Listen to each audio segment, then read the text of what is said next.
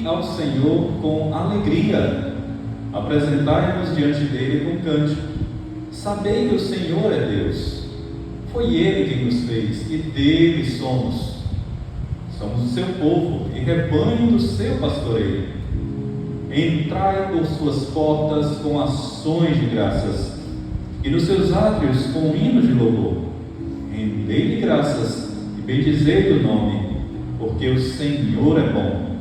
A sua misericórdia dura para sempre, e de geração em geração a sua fidelidade.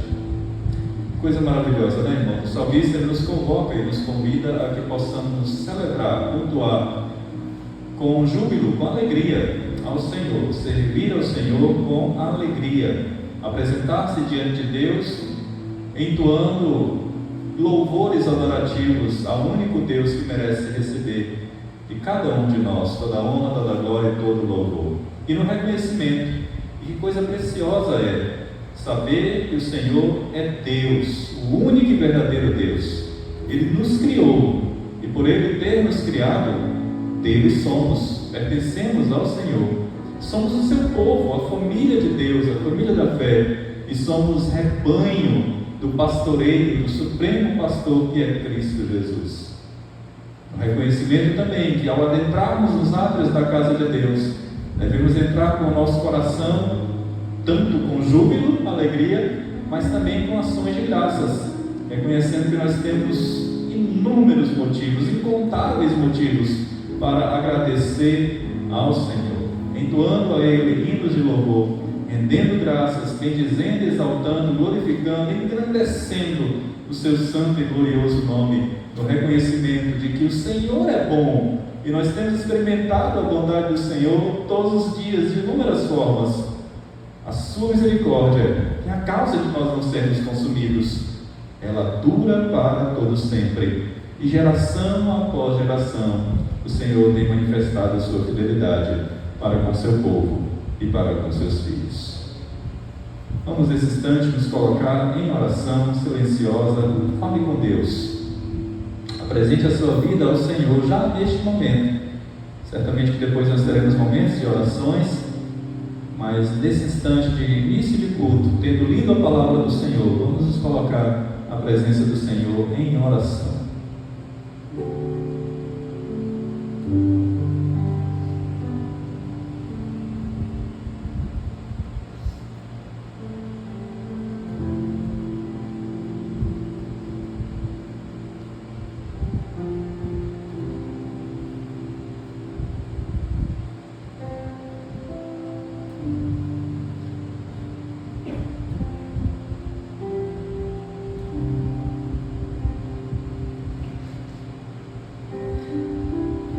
Obrigado, Senhor, pelo dia que tem se passado, por este momento tão precioso que o Senhor nos traz à tua casa, para juntos podermos prestar um serviço de culto a Ti, louvar e bendizer o Teu nome, ler a Tua palavra, observar, Senhor Deus, as promessas fiéis do Senhor, reconhecer a grandeza, o poder, a majestade, todos os Teus atributos, reconhecer a Tua santidade, reconhecer, ó Pai, a grandeza e a Tua misericórdia para conosco.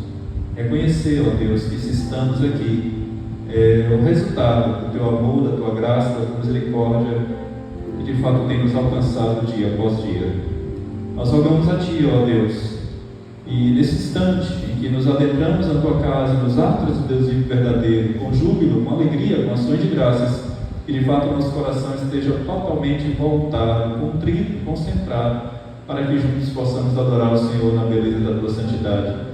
Podemos aprender também da Tua palavra em momento oportuno e podermos falar contigo por meio de graça preciosa que o Senhor nos deu, nos deixou, que é a oração, que alimenta e que nutre e que fortalece a nossa alma, o nosso ser. Por tudo isso nós oramos a Ti, agradecidos, ó Pai, com perdão dos nossos pecados, em nome de Cristo Jesus, hoje e sempre. Amém. Vamos entoar louvores ao Senhor nesse momento inicial. Convidar nosso irmão Diácono Ageu que possa nos auxiliar nesses cânticos.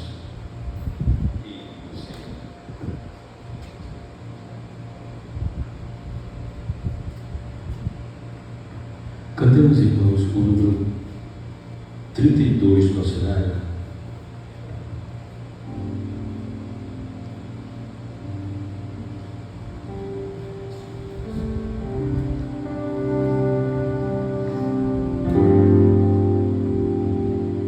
Tu és fiel, Senhor, ó Pai celeste, teus filhos sabem que não falharás, nunca mudaste, tu nunca faltaste, tal como és, tu sempre serás. Tu és fiel, Senhor, tu és fiel, Senhor, dia após dia, com bênção sem fim.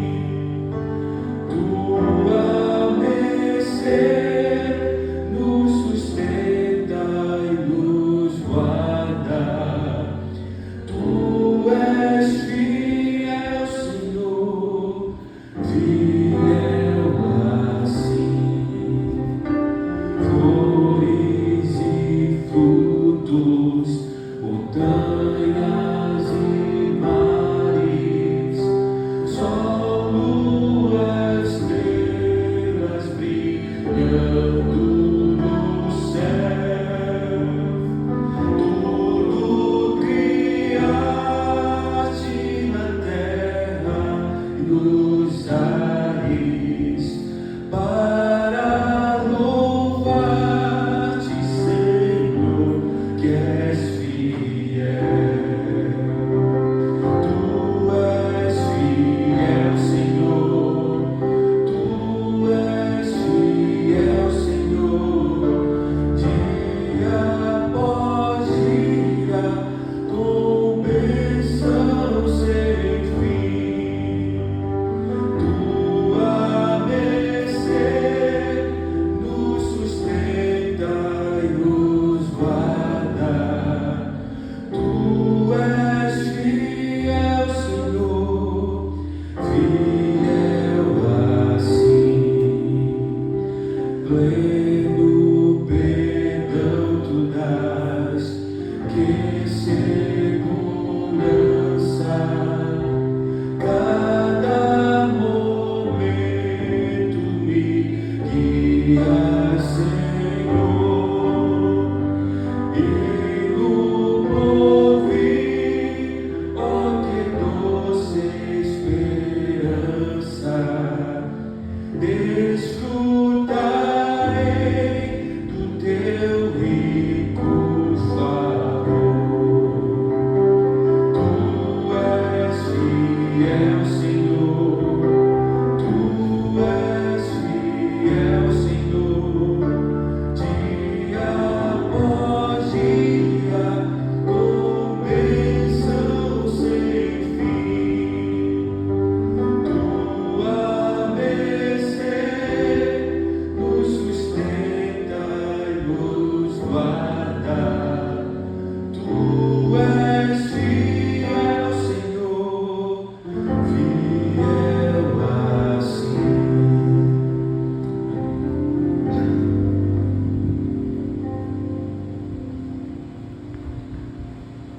Meus queridos irmãos, nós vamos nesse instante partir para o estudo bíblico doutrinário.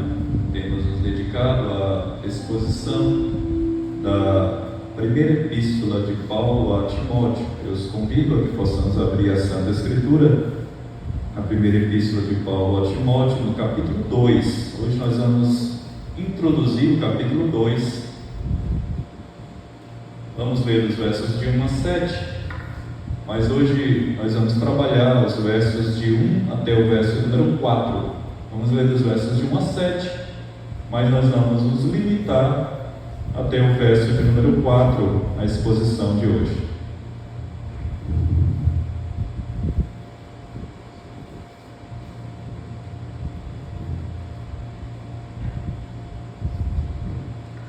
1 Timóteo, no capítulo 2, vamos iniciar hoje o capítulo 2,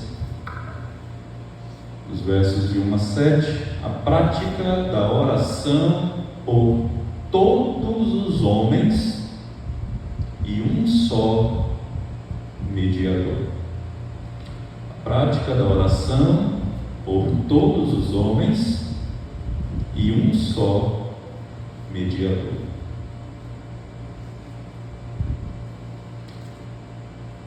Antes de tudo, pois, exorto que se use a prática de súplicas, orações, intercessões, ações de graças em favor de todos os homens.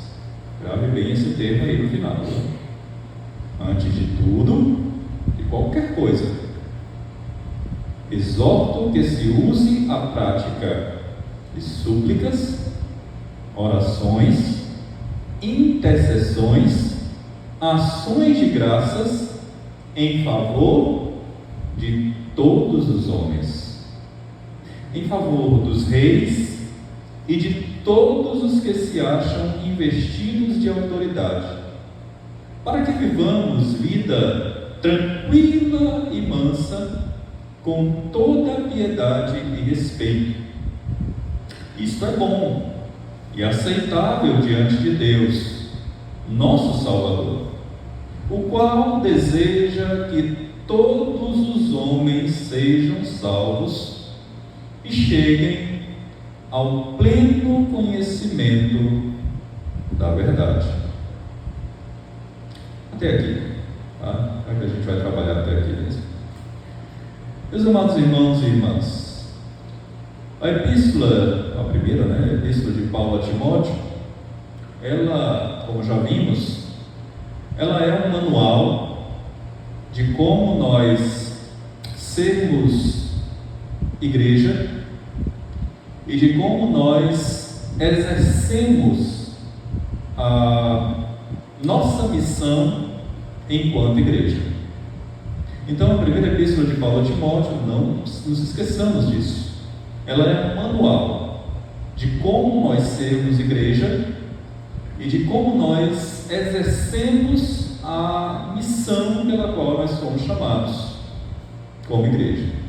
No capítulo 1, se os irmãos lembram, o apóstolo Paulo, ele admoestou a Timóteo com respeito a questões doutrinárias na igreja, o cuidado que nós devemos ter com o Evangelho, o verdadeiro Evangelho, a nossa luta e defesa apologética em prol do Evangelho, do verdadeiro Evangelho. No capítulo 2 agora, irmãos, o apóstolo Paulo, ele vai tratar da nossa vida devocional, da nossa adoração, e particularmente nessa noite, ele vai tratar da oração intercessória da vida da igreja.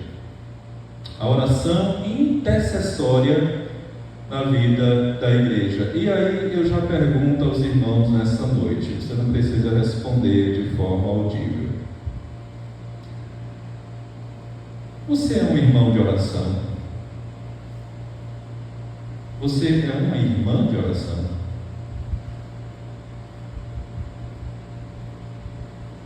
Como é que está a sua vida de oração?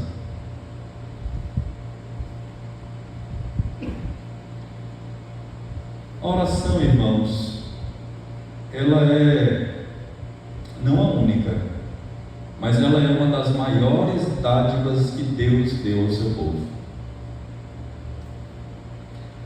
Porque o nosso Deus, Ele nos ama, Ele nos deu um contato pessoal com Ele, através da oração. E, irmãos, não se enganem, Deus ama nos ouvir. Não apenas quando nós entoamos louvores a Ele, mas Deus ama nos ouvir quando nós falamos com Ele por intermédio da oração.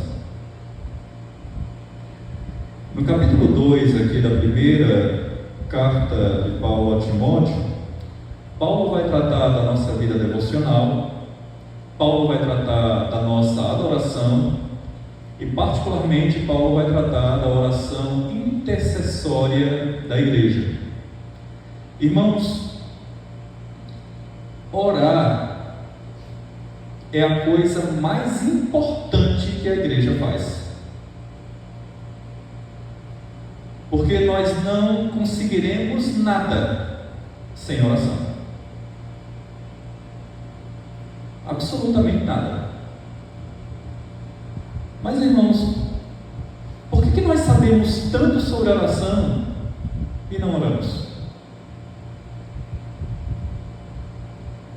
Às vezes as pessoas dizem assim, né? Eu não tenho tempo para orar. Eu sou muito ocupado. E tem igrejas que já estão tão ocupadas com tantas atividades que não tem tempo para orar. O ativismo cristão. Outros dizem que não oram porque não se concentram. Pastor, eu tenho muita dificuldade para me concentrar, eu não consigo me concentrar na oração. Outros dizem que não oram porque acham que Deus não os ouve. Eu quero dizer para cada um dos irmãos nessa noite que todos esses motivos elencados aqui já são motivos para orar. E muitos outros, né? Porque aí é que a gente deve orar mesmo. Todas essas razões, irmãos, elas não justificam que a gente deixe de orar, né? E elas se tornam também, porque não são as únicas, mas elas se tornam também, irmãos, motivos de oração. Quando essas razões elas existem entre nós, ou até mesmo em nós, então, irmãos, aí é que é motivo para a gente orar. Coloque diante de Deus todos esses motivos, irmãos, porque Deus, o nosso Deus e o nosso Pai, Ele quer que a sua casa, ela seja casa de oração. Não seja apenas, então, somente, irmãos, uma casa de pregação, de louvores, de ensino. Isso tudo é muito bom, válido, necessário. Mas o nosso Deus, Ele quer que a sua casa, antes de todas as coisas, seja uma casa de oração. E que o seu povo e os seus filhos tenham, de fato, uma vida de oração. E aí Paulo diz assim no texto: antes de tudo, ou seja, antes daquilo que eu vou escrever, ou de tudo que eu já escrevi, antes de tudo, Paulo diz que se vocês querem combater os falsos mestres, se vocês querem lutar pelo verdadeiro evangelho, que é o que ele combate aqui no capítulo 1, né? Se vocês querem realizar as verdadeiras obras de fé, as verdadeiras obras de Deus pela fé, motivadas pelo amor e tendo sempre a graça de Deus no coração de vocês, antes de tudo, orem. Orem. É isso que Paulo está dizendo aqui, irmãos.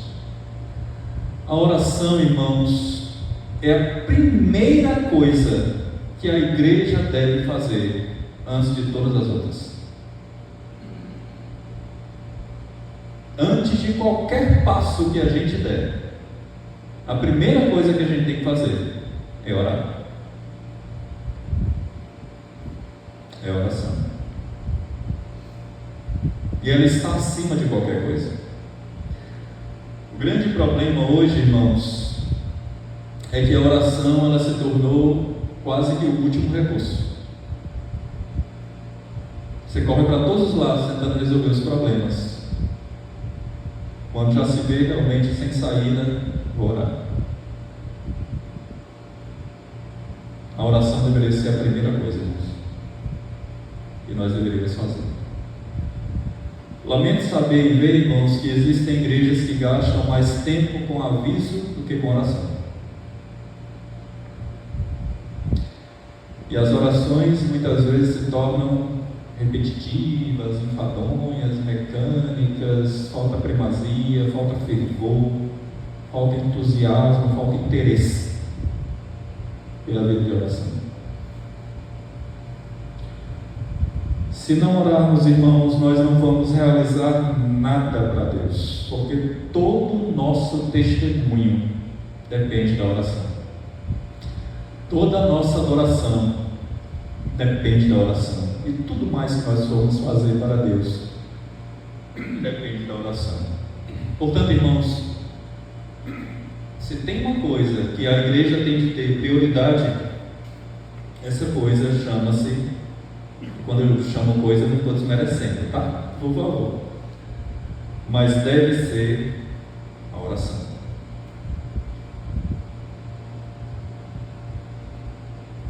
A primeira, antes de todas as demais, deve ser a oração, irmãos. Ela deve ser a prioridade da igreja. E não é algo que a igreja tem que dispensar. Por isso Paulo diz assim, ó. Sua Bíblia aberta aí. Vamos ler juntos o verso primeiro? Vamos lá? O que ele diz? Antes de tudo, exorto que se use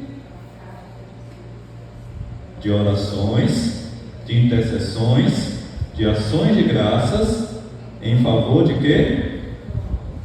De todos os homens. Deixa eu perguntar uma coisa.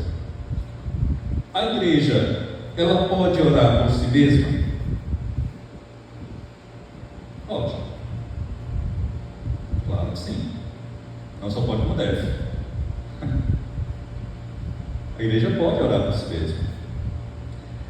Irmãos, a igreja, ela sabe que ela deve orar por si mesma, e ela tem que fazer isso, e ela faz isso. A oração, ela abrange o aspecto pessoal. Você ora por si, tá?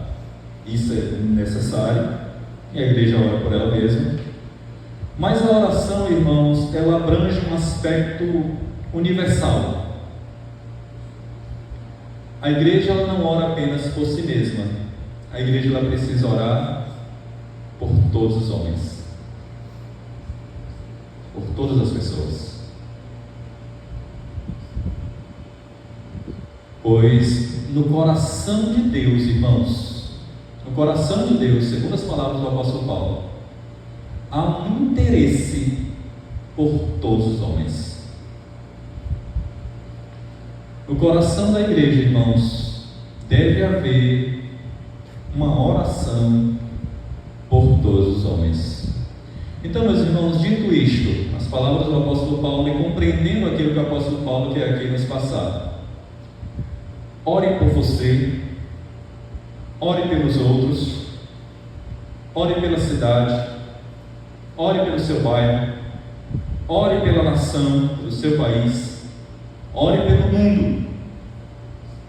Oremos pelos missionários, oremos pelos países em guerras, em misérias, e por aí vai. A igreja precisa orar, irmãos, porque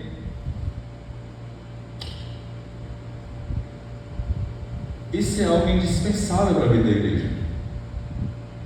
E a igreja precisa orar para dentro dela e para fora dela. A igreja precisa orar, por exemplo, irmãos, pelas igrejas perseguidas. Se os irmãos entrarem num site chamado Missões Portas Abertas, os irmãos vão ver quantos e quantos países e missionários estão realmente, irmãos, em territórios completamente difíceis. Difíceis mesmo. Então, irmãos, nós não podemos ter essa visão apenas muito local, apenas pessoal, não apenas as nossas necessidades. Sabemos que temos, e temos que apresentar ao Senhor, mas nós precisamos também, irmãos, expandir as nossas orações para além daquilo que é o contexto local. E é isso que Paulo quer nos ensinar aqui, irmãos. É que nós venhamos a universalizar as nossas orações, a sermos intercessores, não apenas dos bens locais, as questões mais próximas, mas intercessores pela situação do mundo, a evangelização do mundo. Paulo, portanto, aqui, depois de encarregar Timóteo a defender a fé, a colocar a intercessão, ele coloca, na verdade, a intercessão como a mais alta prioridade da adoração pública. Antes de tudo, pois, exorto que se use a prática de súplicas, orações, intercessões, ações de graças em favor de todos os homens. O que está sendo ensinado aqui? Qualquer que seja o seu estilo de oração, ore pelos outros. Ore pelos outros. E o tipo de oração que Paulo tinha especificamente aqui em mente ao escrever isso para Timóteo era a oração evangelística, ou seja, era a intercessão pela salvação das almas. Nós não podemos, irmãos, ter orações simplesmente autocentradas, mas as nossas orações elas devem ser amplas. Elas devem ser extensas, elas devem ser diversificadas, devem incluir as nações do mundo e devem incluir, logicamente, também as questões importantes do nosso dia a dia, irmãos. Nós temos que interceder por muitas questões, por renovação, por reavivamento. Nós temos visto uma igreja muito fria espiritualmente. Esse tema, uma das coisas que marcam a igreja contemporânea hoje, chama-se frieza espiritual e mundanismo. Nós temos que orar pelo reavivamento na igreja, nós temos que orar por uma reforma na igreja, para que ela realmente volte de fato às Escrituras. Nós temos que orar por missionários, evangelistas, plantadores de igrejas. Veja só, irmãos, quantos motivos. Nós temos de orar pelos sofrimentos dos cristãos perseguidos, angústias perdidos. Todos os dias nós precisamos colocar no trono da graça de Deus esses e vários outros motivos, irmãos. Oremos pelos presos. Você já orou pelo presidiário? E não apenas esses que estão nas cadeias das celas, mas a pior de todas as prisões, que são as cadeias da destruição do pecado. Oremos pelos que estão hospitalizados. Oremos por aqueles que estão procurando se inserir no mercado de trabalho, pelos que estão em asilos. Oremos pelos enlutados. Hoje, certamente, muitas pessoas perderam entes queridos. Nós não sabemos, mas nós podemos orar por essas vidas.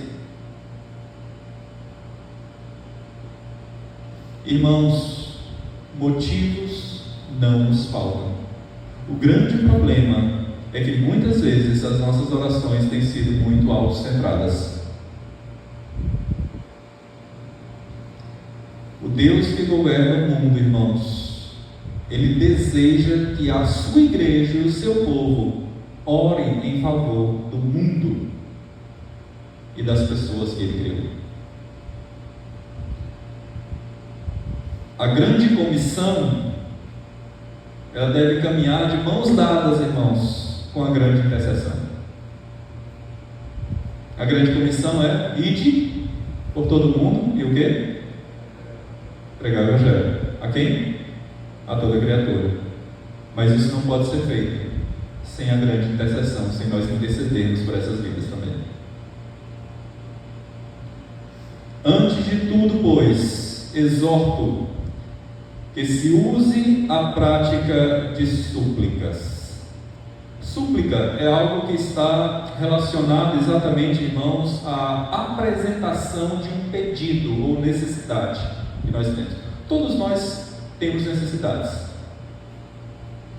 E todos nós podemos nos achegar diante do trono da graça de Deus e apresentar-lhes súplicas e dizer: Senhor, o Senhor sabe do que eu necessito, mas aqui eu estou abrindo meu coração e te apresentando, Senhor Deus, a minha súplica ao Senhor.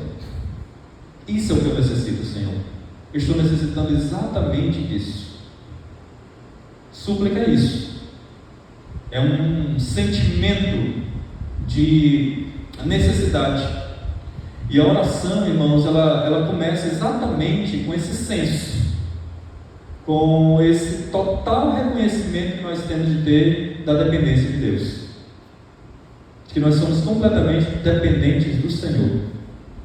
Oração de súplica é isso, é a nossa insuficiência humana dentro da demonstração total, plena da suficiência divina. Buscamos a Deus, irmãos, porque nós sabemos que é dele, ou é por meio dele, que vem um socorro, que vem um amparo, que vem um consolo, que vem um refúgio, que vem as forças renovadas. Suplicamos a Ele. Exorto que use a prática de orações.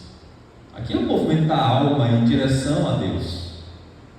Nós não oramos às quatro paredes, nós oramos a um Deus que nos ouve e que tem prazer, deleite e satisfação em nos ouvir. Há certas necessidades, irmãos, que só Deus que pode nos satisfazer, com toda certeza, porque só Deus é que pode outorgar perdão e salvação. Salmo 103: Ele é quem perdoa todas as tuas iniquidades e quem sara todas as tuas, não apenas as enfermidades físicas, mas espiritual também. Tem duas coisas que só Deus pode fazer: perdoar pecados e salvar vidas. Intercessões é algo que está relacionado com a súplica, né? Nós sabemos que nós podemos interceder, irmãos, por coisas que estão completamente fora do alcance do ser humano e que estão plenamente, na verdade todas as coisas estão dentro do alcance do Senhor, porque os impossíveis dos homens são plenamente possíveis para Deus. Ações de graças. Meus irmãos, as nossas orações elas devem ser compostas de gratidão para com o nosso Deus. Nós precisamos reconhecer o que Deus realmente tem feito em nosso favor. E são inúmeras as bênçãos de Deus sobre cada um de nós. E ele conclui dizendo: em favor de todos os homens. Aqui o apóstolo Paulo mostra que não existe barreiras geográficas, fronteiras geográficas para a oração. Não existe. Fronteiras geográficas, culturais, religiosas, partidárias, ideológicas, ou seja, de que maneira for. É uma exortação, irmãos, a que nós oremos por todo tipo de pessoa. Isso não significa que nós vamos aprovar aquilo que elas pensam ou fazem. Não é isso, irmãos. Mas que essas vidas, elas devem ser alvos constantes das nossas orações. Nossa agenda de oração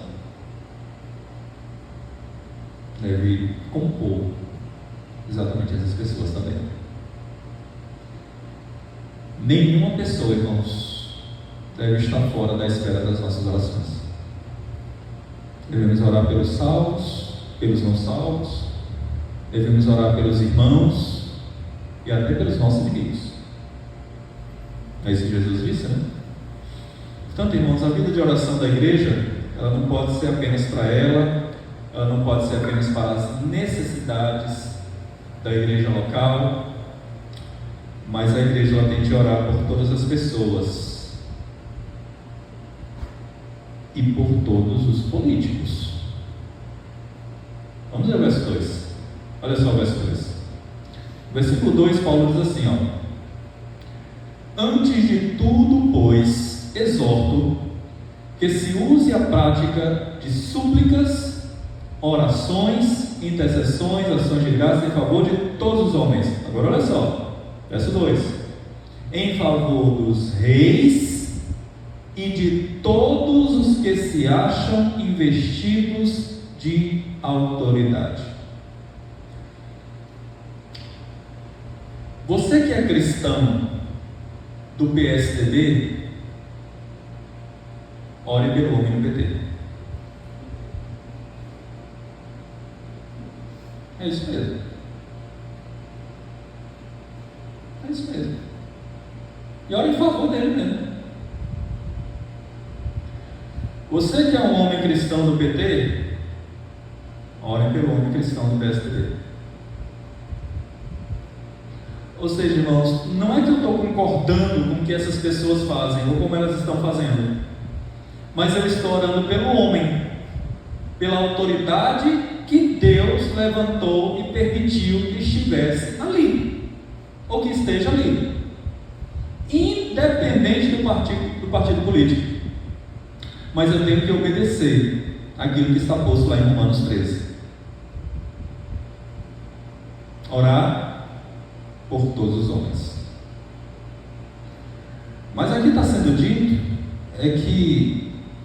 que eu devo interceder por essas pessoas, porque a oração da igreja ela tem poder de influenciar nas decisões dessas pessoas.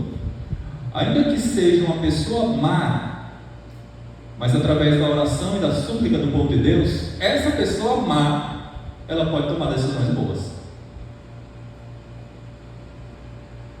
Porque a igreja orou. Por isso Paulo diz, em favor dos reis, e não só do seu rei, tá? Partido. Ele continua, e de todos os que se acham investidos de autoridade, para quê? Para que vivamos vida tranquila, mansa, com toda piedade e respeito. O que Paulo está dizendo aqui, irmãos, é que se a igreja ora pela autoridade, e se Deus der a ele, ou a ela, autoridade, né? Sabedoria, essas pessoas, elas terão de Deus a sabedoria e tomarão decisões que trarão paz social, que trarão liberdade religiosa, e isso será um ambiente favorável para a vida da igreja e para o testemunho da igreja. Paulo, ele não experimentou muito isso, nós sabemos, né? A vida do apóstolo Paulo foi uma vida de muita perseguição, de dura perseguição. Ele foi preso por pregar o evangelho, nós sabemos isso. Não só ele, né? Mas muitos outros. Mas ele aqui está nos ensinando o seguinte: orem pelas autoridades, para que tenhamos um ambiente de paz social, um ambiente favorável à vida da igreja e ao testemunho da igreja. Eu lembro aos irmãos que quando Paulo disse: Timóteo, ore pelas autoridades, Timóteo deve ter pensado o seguinte: orar por Nero? Nero era o imperador daquela época, né? E outros reis locais também não eram bons, eram reis muito maus, muito perversos. Mas Paulo diz: ore sem preconceito nenhum. Não ore porque você gosta dele, não é porque você tem feição por ele. Ore por eles, porque eles foram revestidos de autoridade. É nosso dever, irmãos. É nosso dever orar pelas autoridades constituídas. E quando nós não estamos fazendo isso por pura negligência, nós estamos pecando. Jesus também ensinou a orar por quem nos persegue, né? Não somente pelas pessoas que são boas conosco, né? Amigas, cordadas, não. Ele diz: ore por todas as pessoas, e principalmente por aquelas que estão em postos chaves, né? E nós sabemos, para que essas pessoas, recebendo de Deus a sabedoria, saibam e decidam tomar decisões, irmãos, que sejam decisões sensatas, prudentes, equilibradas, corretas, e assim, irmãos, nós temos um ambiente favorável à nossa vida piedosa e ao testemunho cristão. Verso 3, vamos lá? Isto é bom e agradável ao nosso Deus e Salvador. O que é bom e agradável a Deus e Salvador? A igreja interceder. por esses homens. Então, por que a igreja vai interceder por todos? E aqui no verso 3 está a resposta. Porque isso é bom e agradável a quem? A Deus. Há no coração de Deus, irmãos, uma disposição favorável por todos os homens. Há no coração de Deus, irmãos, e há mesmo, o desejo de salvar a quantos Deus soberanamente escolheu antes da fundação do mundo. Isto é bom e aceitável diante de Deus, nosso Criador. É isso que está aí? Nosso o quê? Salvador. Ou seja, irmãos, o Deus que criou é também o Deus que salvou. É o mesmo Deus. Por isso, ele é chamado aqui com essa peculiaridade, né, sobre a primeira epístola de Timóteo, e que Paulo vai repetir em outras epístolas, em outras cartas, irmãos. Ele diz que Deus é o Salvador. E este Deus, sendo Salvador, ele tem um desejo no seu coração. Vejamos o verso 4 e a gente encerra. Olha só. O qual deseja que todos os homens sejam salvos. Esse é o desejo de Deus.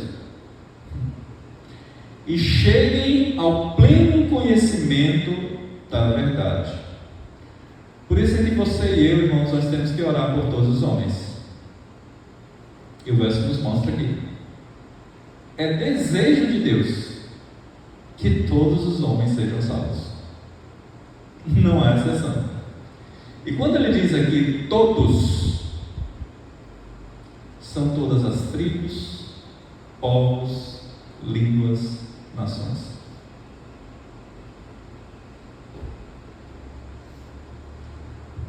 Raças, né? Todos. Quem, pastor? O homem muçulmano, o ateu, o judeu, o não judeu, o homem pobre, o homem rico, o homem letrado, o iletrado,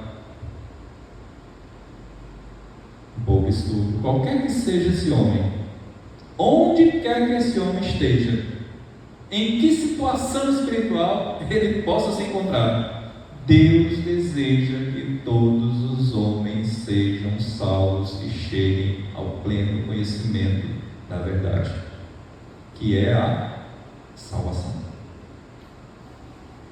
Pleno conhecimento da verdade, que conduz à salvação e que liberta o homem do pecado e do juízo.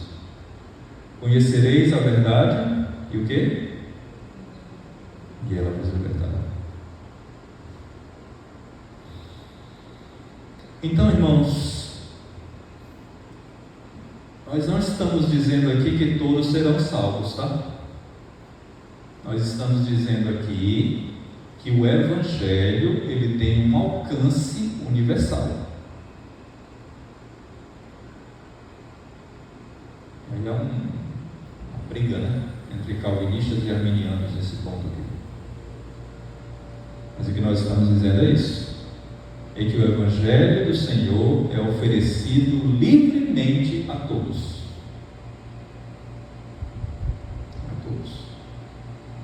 Deus disponibiliza o seu Evangelho para todos os homens. Então a igreja, ela deve ter o mesmo desejo que está no coração de Deus, irmãos. Nós devemos olhar para as pessoas que estão próximas a nós, nossos familiares, nossos vizinhos, nossos colegas de trabalho, com quem nós nos encontramos nessa vida, com quem está nesse mundo, e também desejar que essas pessoas sejam salvas. Vamos lá. Você deseja que Putin seja salvo?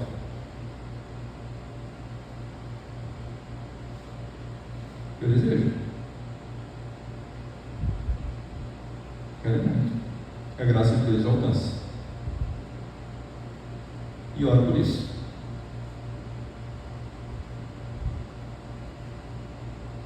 Nós não somos melhores que Ele, não.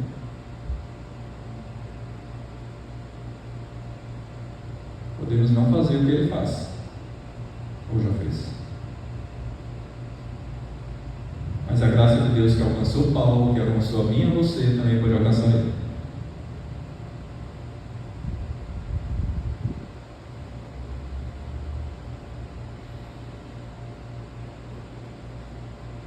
E aí, irmãos,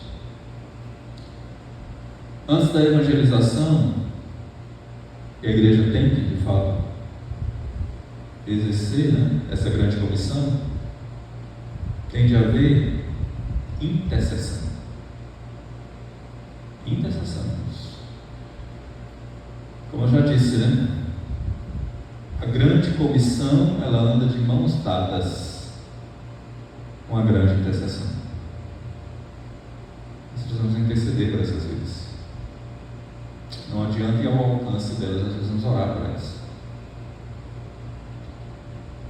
E a igreja tem de orar por aquilo que está no coração de Deus, irmãos. A igreja tem de ter no seu coração, na verdade, o que está no coração de Deus. E a igreja tem de orar por todos e evangelizar a todos, porque é desejo de Deus que todos sejam salvos. Acredito que vocês já estudaram aqui sobre essa doutrina, Soberania de Deus e a responsabilidade humana. Deus é soberano, Ele sabe aqueles a quem escolheu, mas é nossa responsabilidade pregar o Evangelho a quem? A toda criatura. Então, nós pregamos a universalidade do Evangelho do amor de Deus em Cristo, irmãos, para todo tipo de pessoa. Não universalismo. Tá? Não é que todas as pessoas são destinadas à salvação. Nós somos testemunhas de um só Deus, de um só mediador. Portanto, meus irmãos, para concluir, nós não devemos ter uma visão local, tá? Apenas igreja, não só das nossas necessidades. É isso que Paulo quer nos ensinar aqui. Nós precisamos universalizar as nossas orações, nós precisamos universalizar as nossas intercessões, não apenas pelas questões locais, mas pelo mundo como um todo, por todas as pessoas. O que está sendo ensinado aqui é que qualquer que seja o seu estilo de oração, ore pelos outros. Cada um de nós tem um estilo de oração, né? Alguns preferem interceder, outros pedem, outros agradecem. Qualquer que seja o estilo da sua oração, ore pelos outros, ore por outras vidas. É isso que Paulo está ensinando aqui, irmãos, é isso que Paulo está dizendo. E a vida de oração na igreja, ela não pode ser apenas pelas nossas próprias necessidades, de forma alguma, mas a igreja tem de orar por todas as pessoas, incluindo governantes, incluindo legisladores, incluindo magistrados. Nós precisamos desejar o que está no coração de Deus. O quê? A salvação de todos. De todos. Sem distinção. Pregando o Evangelho a toda criatura.